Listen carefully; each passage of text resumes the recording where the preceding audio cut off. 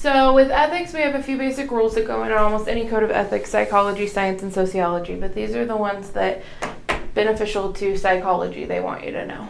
So what is, in your opinion, an informed consent? Basically a sheet or someone, for an example, it's like a contract. Yes. And you need to have basically saying that, hey, I'll let these guys do whatever. Yeah. So basically, whoever we're going to be experimenting on, studying, etc., has to be consenting, which means they say yes, and it has to be informed. So to a certain extent, they have to know what we're doing to them. So if we were in a drug study, we would have to tell them what the drug was for. Now, we don't have to tell them if we're going to give them the drug or the placebo. That comes later in debriefing.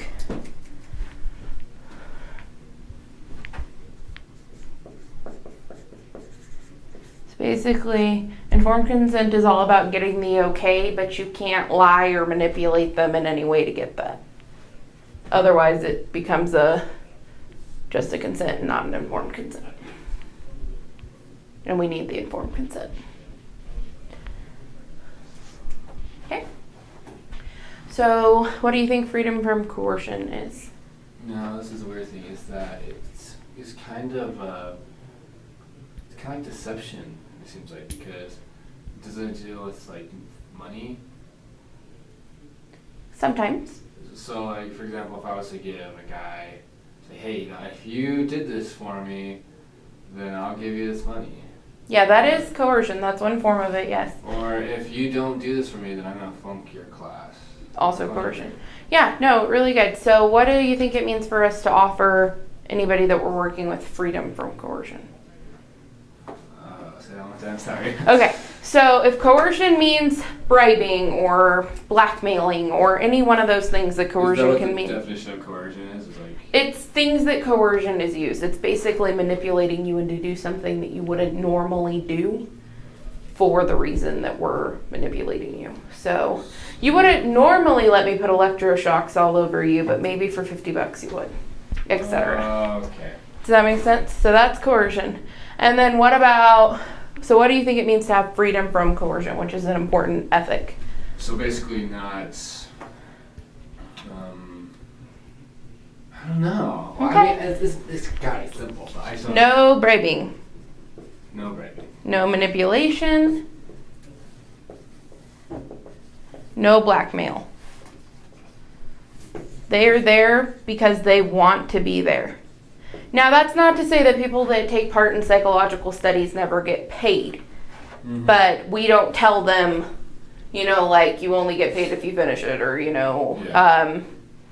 Like, we don't make that their primary reason for doing it, and we don't make that our primary way of making them do something. Okay, what about protection from harm? Well, basically just saying that you can't make someone jump off a building and... Yeah. It's saying that we have an obligation as scientists and psychologists to protect them from physical issues when they're in our care. So yeah, we can't let them do anything that might make them break a leg or etc. But also mental issues.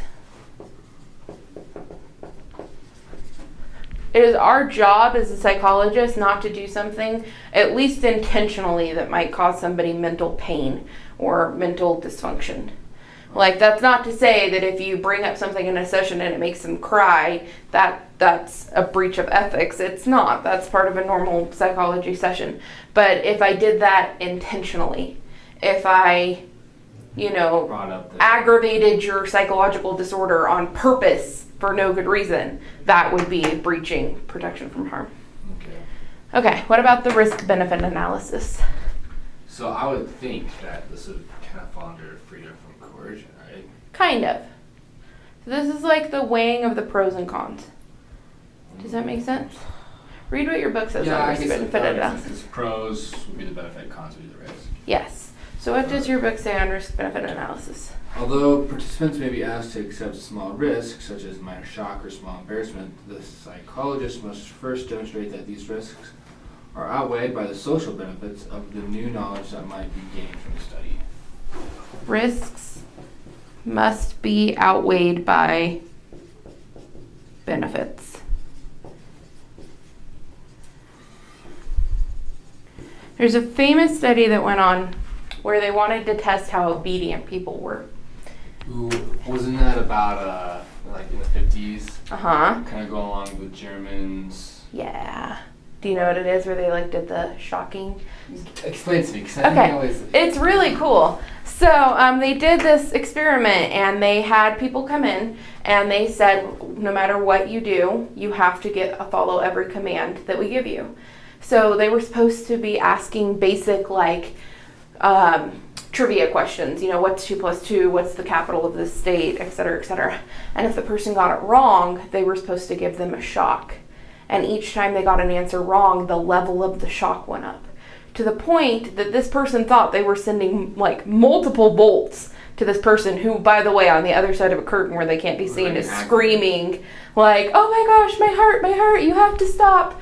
And like was faking it, but the person that's delivering the shock, which they weren't really delivering, but they thought they were, is like, should we stop? But if the person in the lab coat, so the person of authority, told them to keep going, they actually would. Because of this. They were told that the benefits outweighed the risks. Their learning outweighed the risk of them dying from a heart attack, which isn't true. Yeah. But like that is what they were told. So risks must be outweighed by benefits is in a good ethical situation. So in that case, it was a bad one though, right? It was a manipulation in that one. So when they got debriefed, they're like, we hope you know, like, we wouldn't actually advise this or, you know, something like that. So, but didn't they get in trouble with the study? Yeah, because they violated ethics. But which ethic did they violate? Well, for one, this. For two, this. Because the people that were being forced, quote unquote, to give the mental harm were like, it was mentally harming to them. Like, they're like, oh my gosh, I'm hurting somebody. Like, that's scary for us to recognize. Okay. They did manipulate them. They didn't quite give them an informed consent. They told them what they were doing was delivering shocks when really they weren't. So they did this right, and that's great. But that was like all they did right. Wow. So, that's crazy. Yeah, I mean, it's a really interesting study, but they did not follow their ethics correctly. No. Wow. When did the ethics first start? I think since the APA has been involved, so since the 30s, I believe. Really? Yeah. Wow, that's pretty crazy. Okay, so sorry, I just want to write down risk benefit. So risks must be outweighed by the benefit. So in a good sociological study, so let's go back to our example of the drug study. Whatever side effects you may have from the drugs, us knowing that side effect will make it safer for the general public. So that would be a risk being outweighed by a benefit. Okay.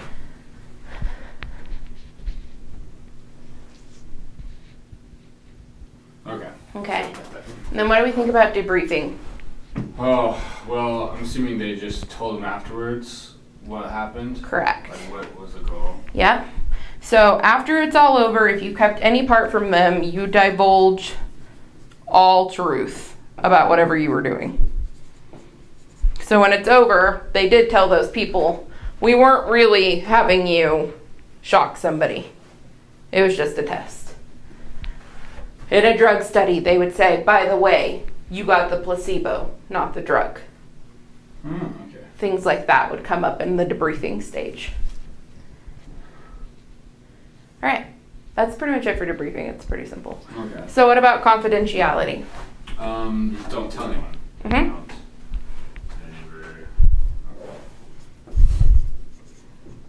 Keep it private. Mm-hmm.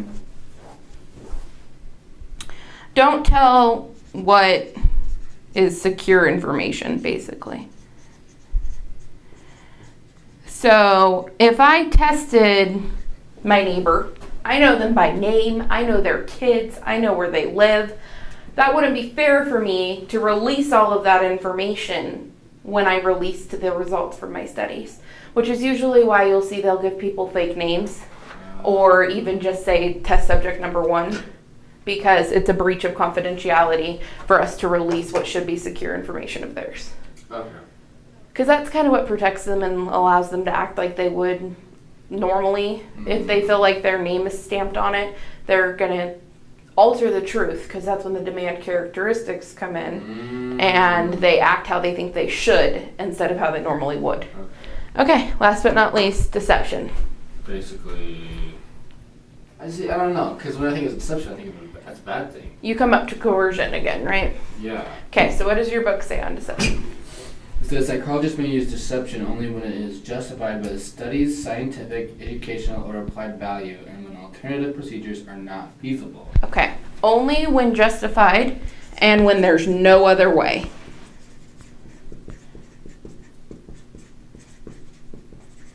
Ooh, okay, so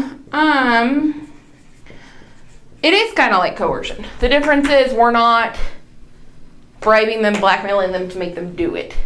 We're lying to them, but that would be like, I'm not telling you that you just got the placebo. Does that make sense?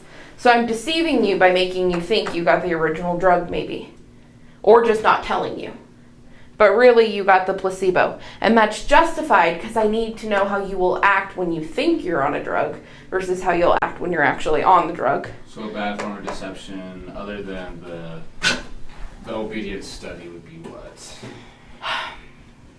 A bad form of deception would be if there was no reason for me to lie to them about if they were on the drug or the placebo. Like if I was just trying to figure it out, but I wanted to see, like, you're the control group, so you're going to be on the placebo. I shouldn't have to lie to them about that because I just want to see what their bodies do normally with nothing.